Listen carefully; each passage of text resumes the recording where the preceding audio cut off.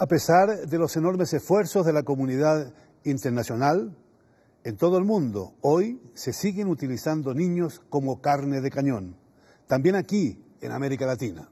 Bienvenidos a Claves, y esta es una coproducción de la televisión alemana Deutsche Welle y el canal Capital de Bogotá, Colombia. Mi nombre es Gonzalo Ernesto Cáceres y en la conducción me acompaña hoy mi compañera Omaira Morales. Gonzalo, bienvenido. Estamos originando desde las instalaciones de la Biblioteca de la Universidad Jorge Tadeo Lozano, aquí en la capital de la República. Vamos a presentar a nuestros invitados.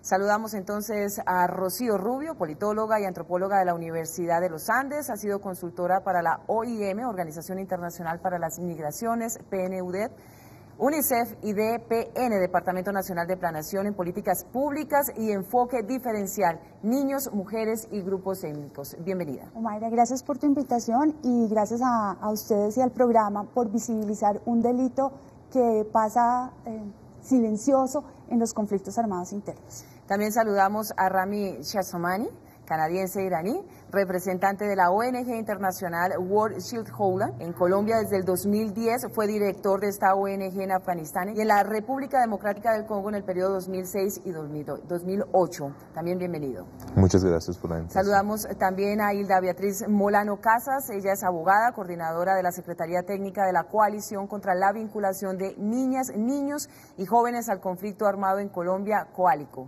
Muchísimas gracias por la invitación.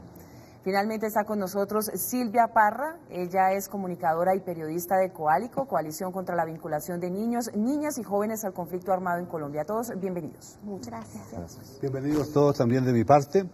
Rami, a lo largo de la historia los niños han sido utilizados siempre en las guerras. ¿Cuál es la situación hoy, en este momento, en el mundo? Bueno, desafortunadamente todavía los niños y niñas se están utilizando en muchos distintos conflictos en el mundo.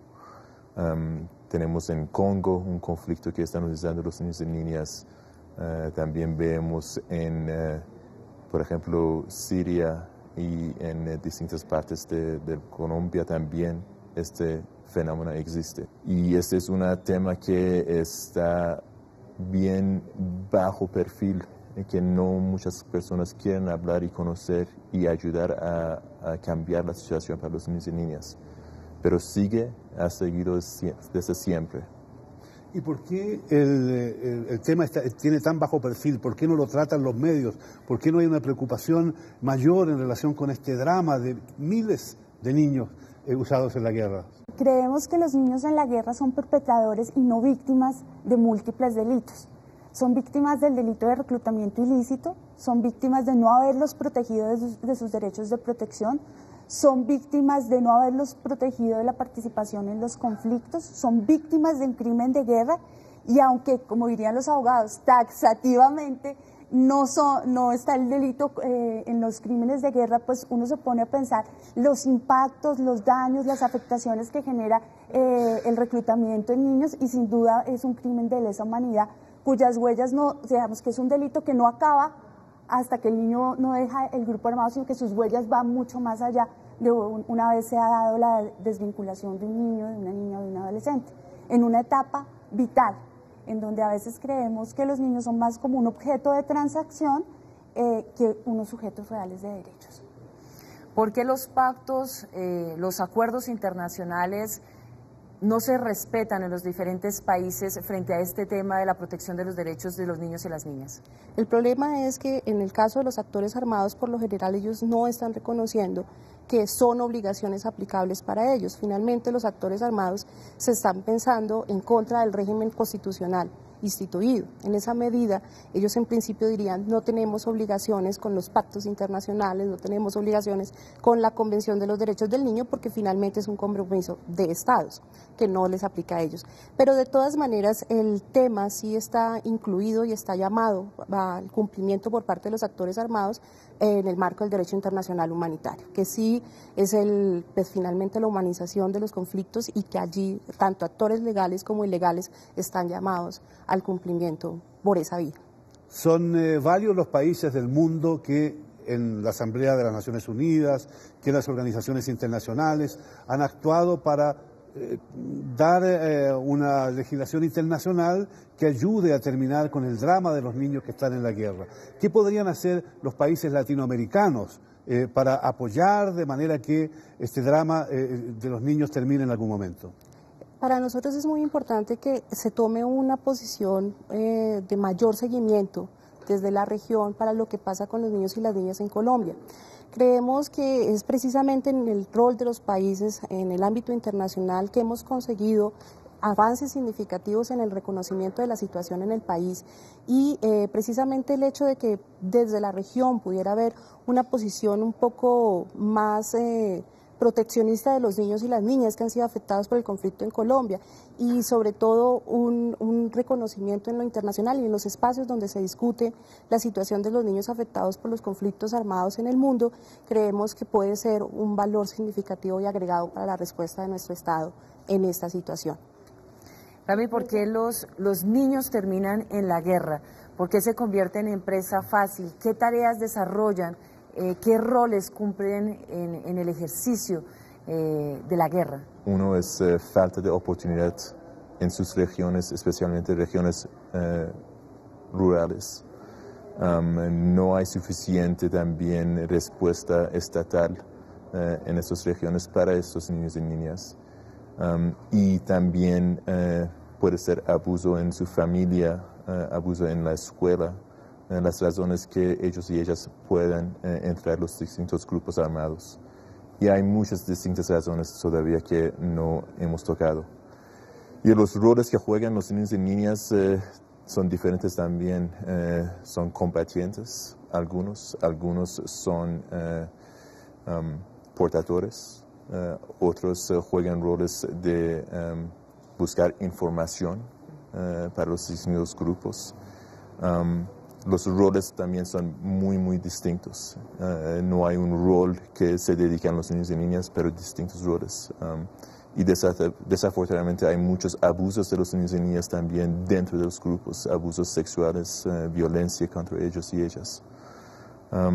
Y juegan un rol importante para los grupos porque son personas que pueden dar todo y no piden mucho. Quizás Silvia nos podría decir cómo ven los jóvenes este problema, porque hay muchas personas que tienen tu edad y que ya están en la guerra, sin embargo también es un tema ignorado por la mayoría de la juventud. Creo que hay varios factores. El primero es la falta de visibilización de la problemática, digamos, en medios de comunicación y que la sociedad en general lo sepa, que la sociedad en general lo conozca, que uno desde su formación en el colegio, en la universidad, se esté acercando más a los temas, que realmente se desconoce la magnitud del impacto del reclutamiento y que no es solo reclutamiento, sino vinculación y uso de los niños. Y creo que hace falta, digamos, asumir con más fortaleza ese compromiso de la corresponsabilidad de proteger a los niños y las niñas entre todos, o sea que es una responsabilidad del Estado, de la familia y de la sociedad, y siento que realmente hace falta un compromiso más fuerte para ayudar a visibilizar esa situación. ¿De cuántos niños estamos hablando, concretamente en el caso de Colombia? A abril de este año la cifra ya superaba los 5.000 niños que han sido desvinculados. Digamos, no hay una cifra certera, pero a cada uno de estos niños se le preguntó si de dónde venía. Algunos niños salieron y escaparon del grupo, otros fueron recuperados por la fuerza pública. Pero siempre, digamos, en su proceso de restablecimiento de derechos se le pregunta si con ellos habían otros niños en el grupo armado y la respuesta es sí. Si tenemos 5.000 y hacemos una multiplicación sencilla por 2, ya estamos hablando de 10.000 niños. El problema en Colombia es aún más grave porque a medida que tuvo un éxito relativo la desmovilización individual de mayores de edad, los grupos armados afinaron sus estrategias de reclutamiento a menores de edad, muy por debajo del límite que establece el derecho internacional humanitario, que son los 15 años, y faltando a los compromisos que hicieron en algún momento las dos organizaciones guerrilleras que están activas en Colombia con la alta representante de las Naciones Unidas para los Niños y los Conflictos, que se comprometían como una acción humanitaria a respetar el rango de los 15 años. Hoy tenemos niños desvinculados de 9 años. Esto es dramático. O sea, niños que fueron vinculados, como las diferentes maneras que nos señala Camille, a los 7 años. Estamos, digamos, los esfuerzos de prevención de la primera infancia están llevando a que ahí paramos como estados y como sociedad, y creemos que de los 7 en adelante no son niños, cuando el concepto de niño es toda aquella persona menor de 18 años. Pero además también se presentan dinámicas en que los niños no están siendo reclutados para irse, digamos, al campamento y permanecer con el grupo, sino que siguen su vida, incluso van al colegio, pero cumplen funciones ya sea de informantes, ya sea de tráfico de armas, de estupefacientes, bueno, en fin, de campaneros que llaman, y siguen su vida normal, pero están siendo usados y vinculados en la dinámica de la guerra, y esos niños son aún más invisibles, ¿no? Porque no portan armas, no usan uniforme y no forman parte activa, digamos, de los grupos, pero son niños de nuestra sociedad, son niños colombianos que lo que están conociendo como proyecto de vida es formar parte de un grupo armado. Hilda, ¿qué pasa con las minorías étnicas? Si de alguna manera son invisibilizadas en América Latina, en nuestro país tenemos un problema gravísimo, y es con las comunidades indígenas específicamente, porque los actores de la guerra están posando sus ojos sobre estos pequeños porque se mueven con mucha facilidad en las zonas en las que está incorporada la guerra, la violencia, el conflicto interno en nuestro país. ¿Qué pasa con estos menores indígenas? Y no solamente las comunidades indígenas, sino también las comunidades afrodescendientes. El hecho de que ellos se encuentren en el territorio donde ellos son los habitantes ancestrales, pero la presencia del grupo armado cambia un poco la dinámica de esos contextos. Los niños y las niñas se ven expuestos a la presencia permanente de los grupos en estas zonas donde no hay otra alternativa, como planteaba Silvia hace un rato, donde no hay otras posibilidades para ellos, y finalmente se encuentran con una opción que es distinta a lo que están pasando o están viviendo en sus comunidades. Entonces, el hecho de pertenecer a una estructura de estas, que es lo que ellos ven como figura de autoridad dentro de sus territorios, facilita también el llamado y la incorporación de estos niños y niñas de las comunidades étnicas a los grupos armados.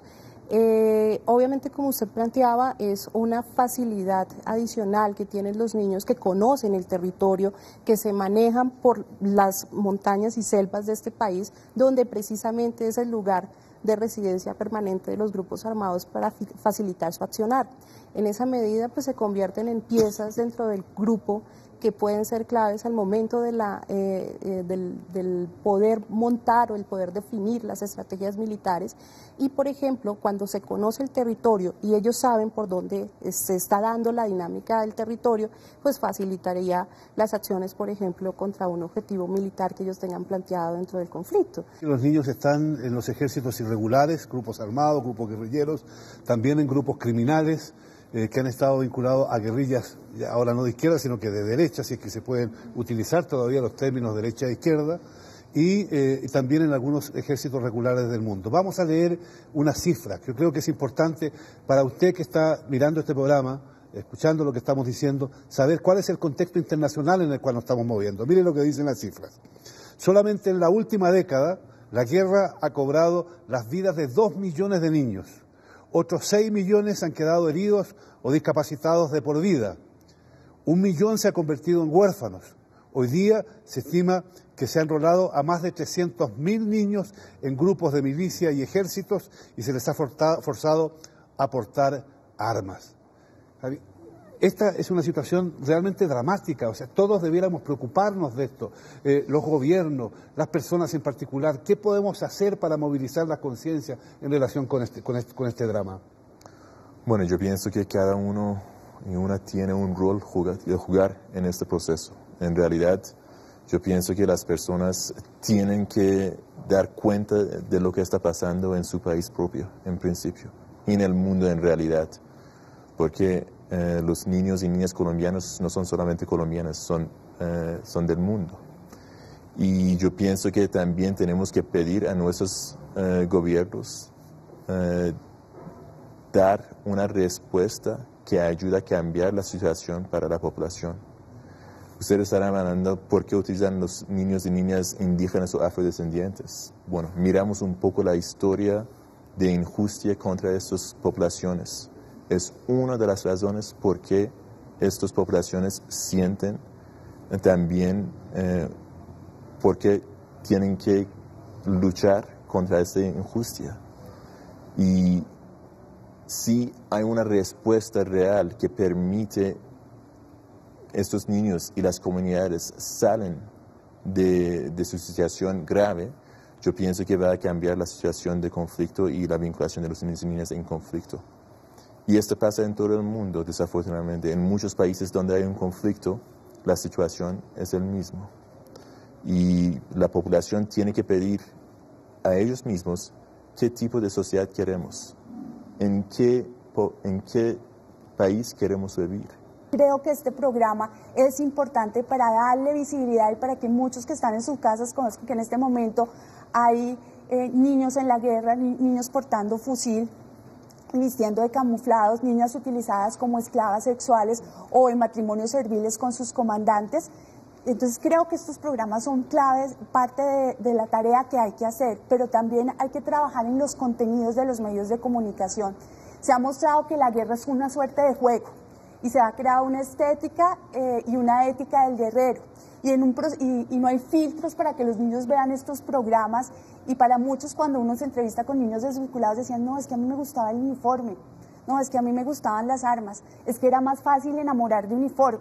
Entonces hay que trabajar muy fuerte en los contenidos y en la espectacularización sin estragos, sin consecuencias, sin afectaciones sobre esa ética y estética del guerrero. Ahora en Colombia, y además lo estamos exportando para América Latina, hay toda una producción de novelas, seriados, miniseries, guerreristas, en donde el guerrero se vuelve, hay como una apología y es la imagen a seguir. No es el muchacho que estudia, no es el muchacho que trabaja en el campo, no es el muchacho que decide acompañar a sus padres en las labores, en fin. Entonces creo que ahí hay un punto que tenemos que trabajar fuerte para prevenir que más niños, niñas y adolescentes vivan el impacto de la guerra. Rocío, una manera de visibilizar este tema de los niños en la guerra es ver cómo es su proceso cuando salen, porque de alguna manera en diferentes escenarios se habla de las dificultades que pasan los niños cuando están en la guerra,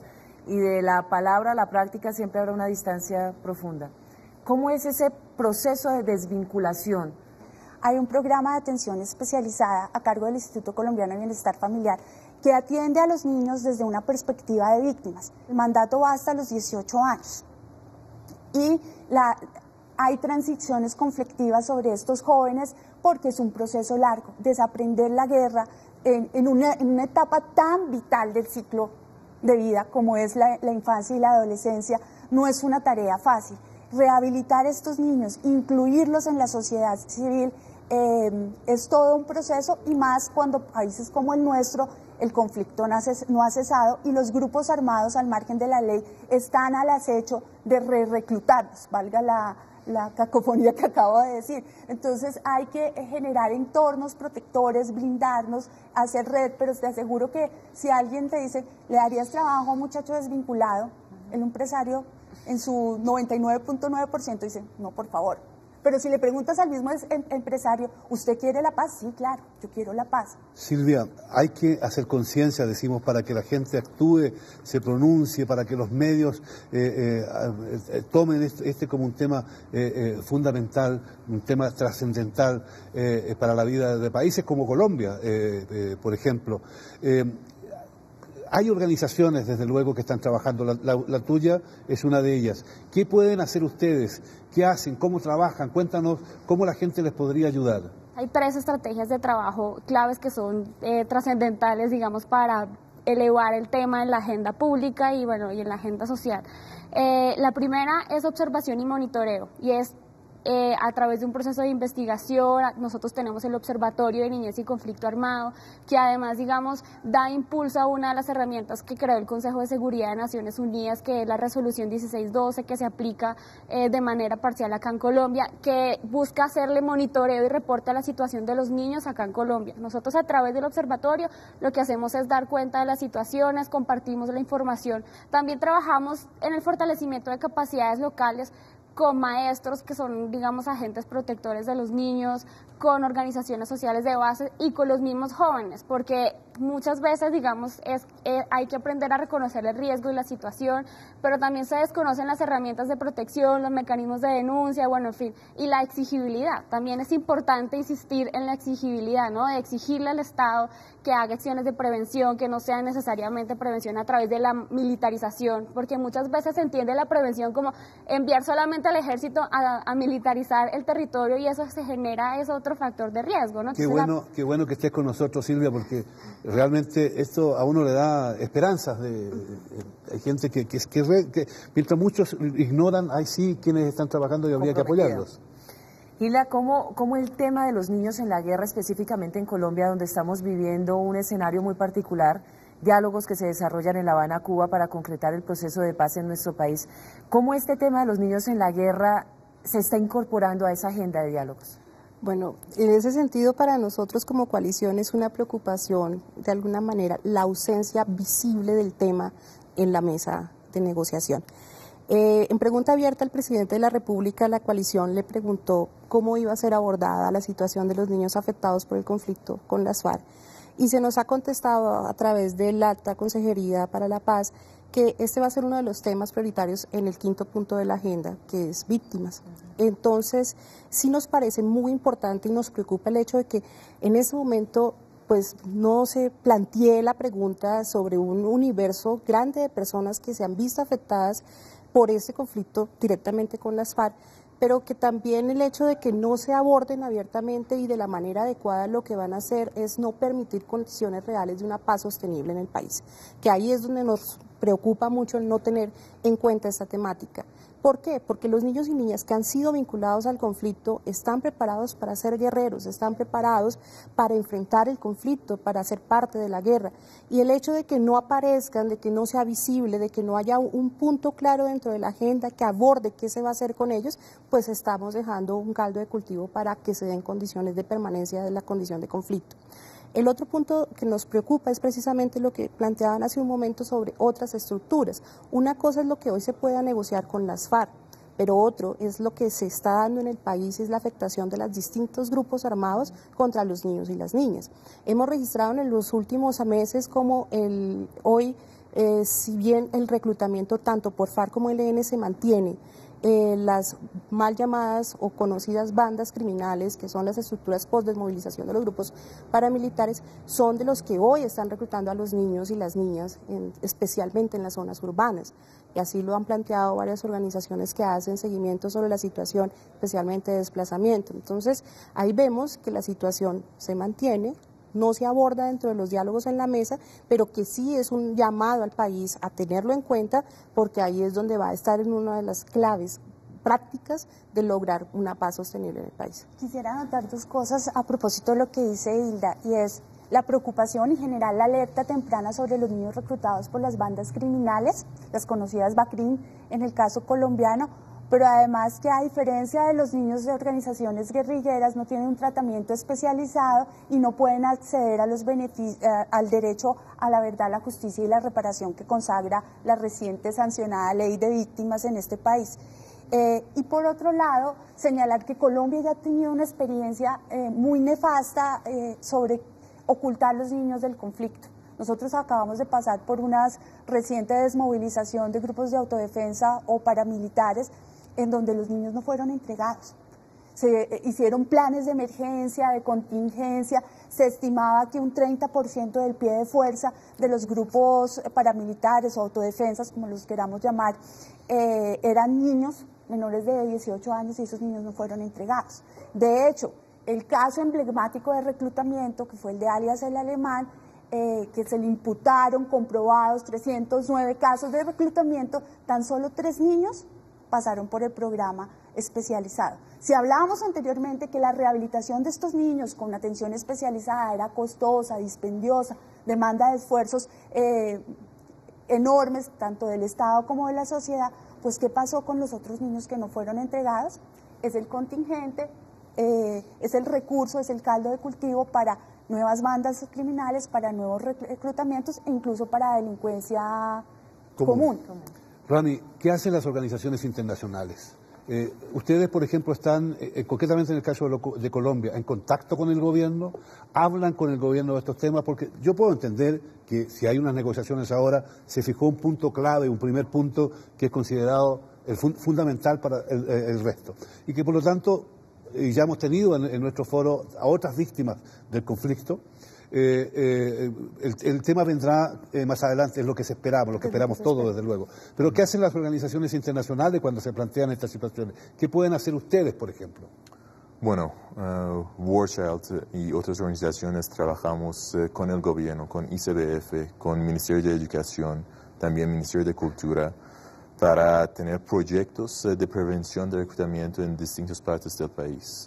Nosotros trabajamos en Chocó, en Valle de Cauca, Putumayo y aquí en Bogotá, con organizaciones nacionales y juntas construimos estrategias de apoyar a los niños y niñas en alto riesgo de vinculación y les damos apoyo psicosocial, fortalecemos sistema educativo y damos protección a los niños y niñas.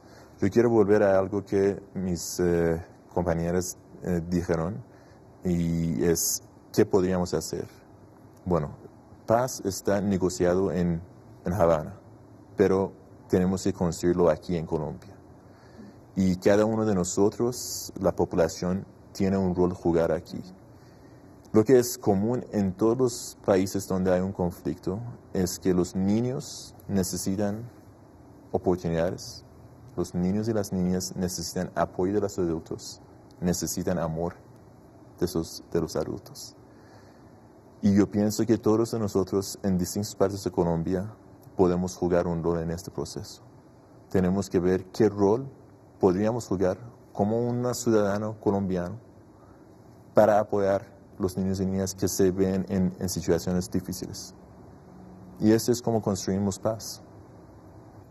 A mí me resulta incomprensible que no haya una actividad mayor, precisamente en función de los niños y las niñas que sufren incluso abusos que son terribles en la guerra. ¿Ustedes como organización internacional solamente trabajan con el gobierno o hacen recomendaciones o bien también pueden intervenir, hablar con gente vinculada a los grupos armados para decirles, por favor terminen con esto, dejen de hacer otras cosas, dejen que salir niños? ¿Es posible hacer eso? Bueno, en Colombia no es posible dialogar con los distintos grupos armados, pero trabajamos con las comunidades donde hay presencia de grupos armados y trabajamos con la población que vive en esas regiones y hablando con ellos y sensibilizar ellos y ellas en los impactos de conflicto para los niños y niñas permite trabajar la prevención del reclutamiento de los niños y niñas. Y en realidad nosotros trabajamos con ONGs nacionales en distintas partes de Colombia. Hay muchas organizaciones y muchas personas en Colombia comprometidas a prevención del reclutamiento de los niños y niñas y construcción de paz. Entonces yo en realidad soy optimista, pero optimismo no es suficiente. Necesitamos hacer mano a mano, trabajar juntos, el gobierno, sociedad civil, también el sector privado tiene un rol muy importante a jugar aquí. Ellos pueden aportar mucho a dar oportunidad a los niños y niñas en esas zonas rurales que no hay muchas oportunidades. ¿Qué hacer? Yo creo que estamos en Colombia particularmente en una coyuntura muy favorable. Estamos en conversaciones de paz. Entonces yo creo que lo primero como sociedad es una exigencia al gobierno colombiano de un acto de buena voluntad para la paz, es que las FARC dejen ya, porque estamos solo con las FARC, ojalá fuera el ELN también, de reclutar niños.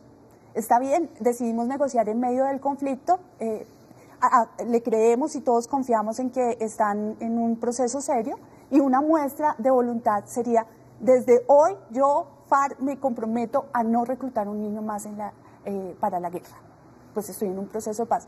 Por otro lado, Silvia había nombrado en varias ocasiones la resolución 1612 de Naciones Unidas, del Consejo de Seguridad de las Naciones Unidas.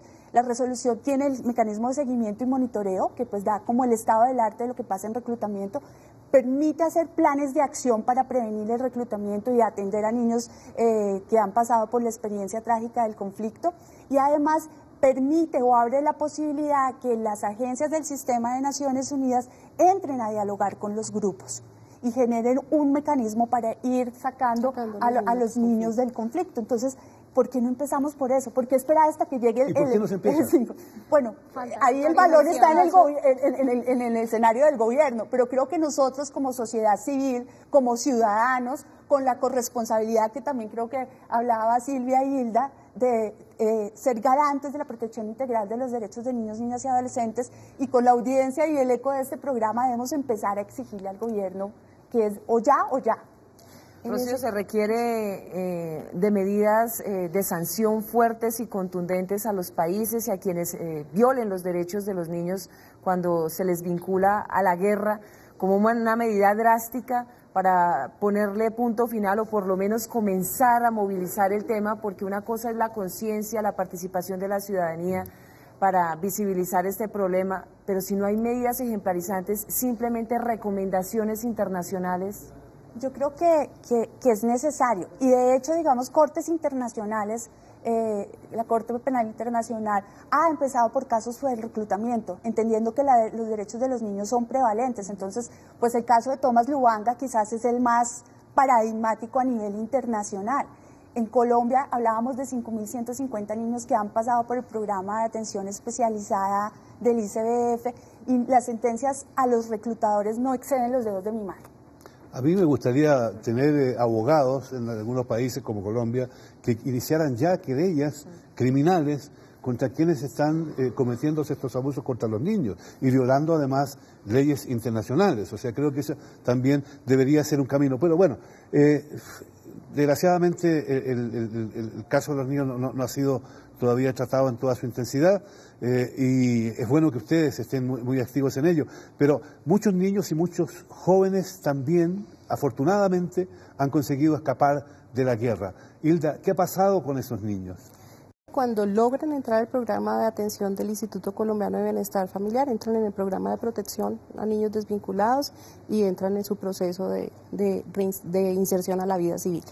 Pero desafortunadamente no siempre se garantiza que eso sea posible, y sobre todo el hecho de... ¿Dónde están los problemas? ¿Dónde está la falla? ¿Por qué no pueden reintegrarse a la sociedad? Porque no es fácil para ellos venir dependiendo del grupo, lo que decía Rocío hace un momento sobre la diferenciación de la atención.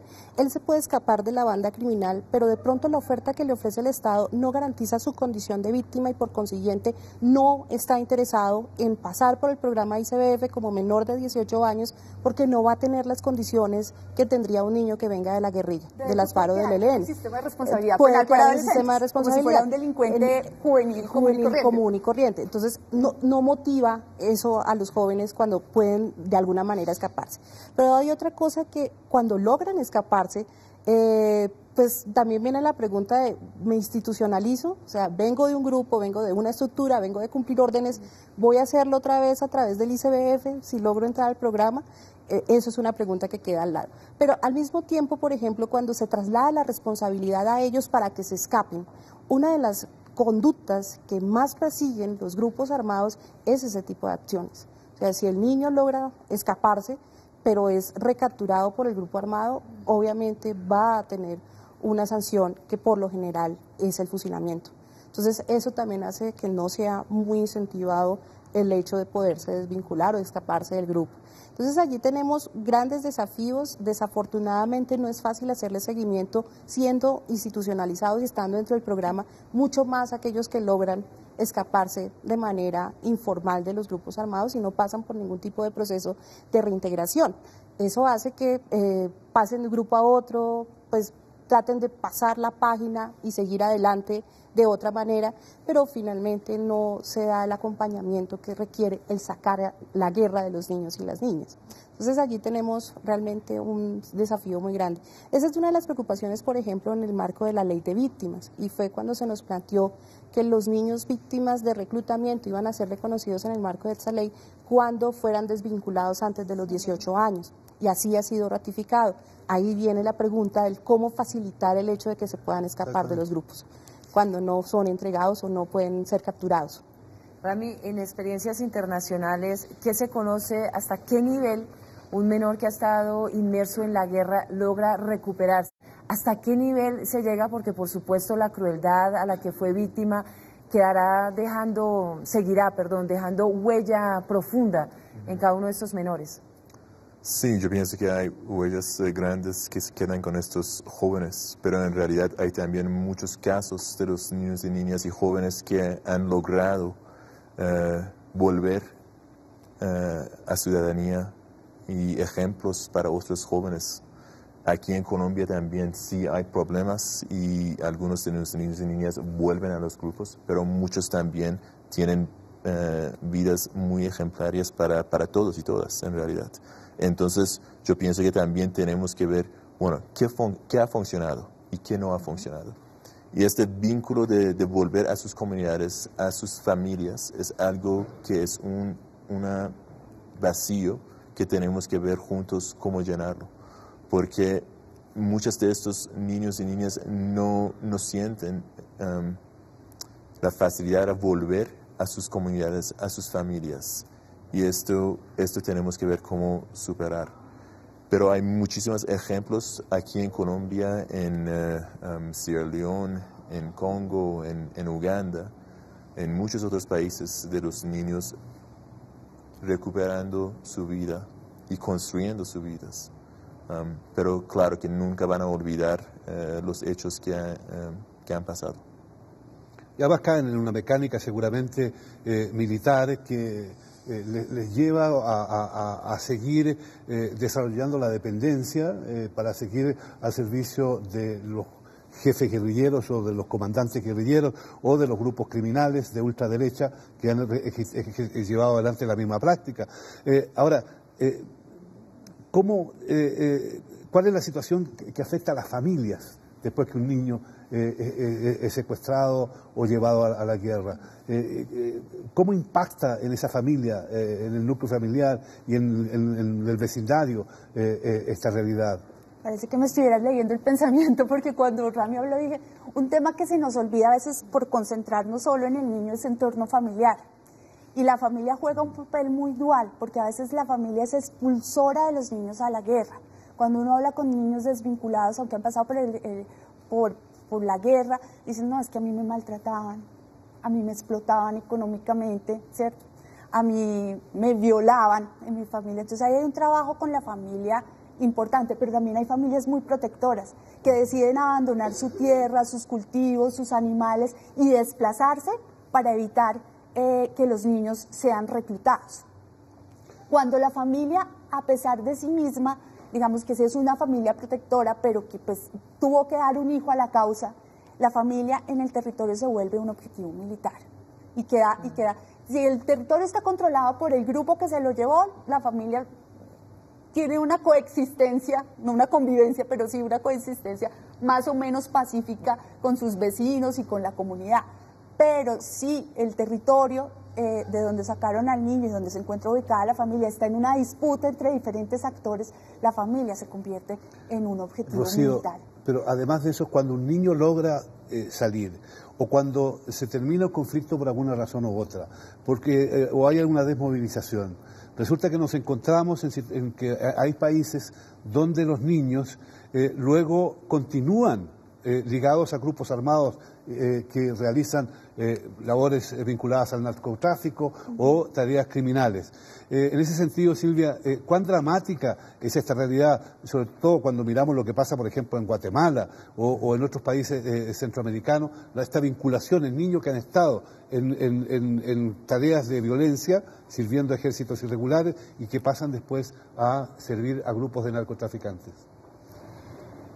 Pues digamos, Colombia es ejemplo de lo dramático que es, y es que cuando no hay un buen proceso de acompañamiento, terminan perpetuando, alimentando ese círculo de violencia, y entonces hoy tenemos, como decía Hilda, que las bandas criminales son quienes más están vinculando a los niños, porque además, pues como mencionábamos al principio, ya están adiestrados, ya están entrenados, entonces es como la ficha más sencilla, en la que menos invierten, y pues realmente eso lo que hace necesario es insistir en la necesidad, por ejemplo, de que en este momento, para evitar repetir los mismos errores, se dialogue en la mesa de manera clara cómo se van a entregar, dónde se van a entregar, cuál es el proceso de desvinculación de los niños, que seguramente van a superar los 5.000 que ya están en el programa, y que tal vez es un momento importante o clave para evaluar el programa del ICBF y bueno, el tránsito cuando pasan adultos, para darles una mejor respuesta y evitar que, como digamos sucedió anteriormente y sucede en otros países, sigan alimentando ahora bandas criminales o otros grupos armados diferentes. Es que la experiencia centroamericana nos lo está diciendo. En Centroamérica los acuerdos fueron acuerdos entre élites de gobierno y élites insurgentes. Y el tema fuerte fue la participación en política. Y la participación política, ni siquiera la participación ciudadana o el derecho de participación. Y adolescentes y jóvenes quedaron invisibilizados en los acuerdos de paz y en las medidas y en los programas de reinserción, como los llamaron en los 90. Entonces fueron muchachos que quedaron a la deriva, sin una oferta institucional, con familias destruidas, ¿cierto? Muchachos que, si bien tienen una edad pequeña, pues ya tienen ellos mismos núcleos familiares, hijos por los cuales responder. Entonces, estoy sin nada que hacer, tengo una oferta a través de redes de narcotráfico o el tema de pandillas y maras que también están muy alimentadas por el narcotráfico y que es un fenómeno que nos atraviesa toda Latinoamérica, pues ahí está el caso. Al no tener y al no pensar en esta población, pues ahí están las consecuencias nefastas. Ahí están las consecuencias y sin duda alguna la participación de cada uno de nosotros en todos los países de América Latina. Primero, para conocer más sobre este grave problema. Segundo, para actuar en la medida de nuestras posibilidades. Los niños y la guerra, un drama también latinoamericano. Gracias por acompañarnos, gracias por estar con nosotros.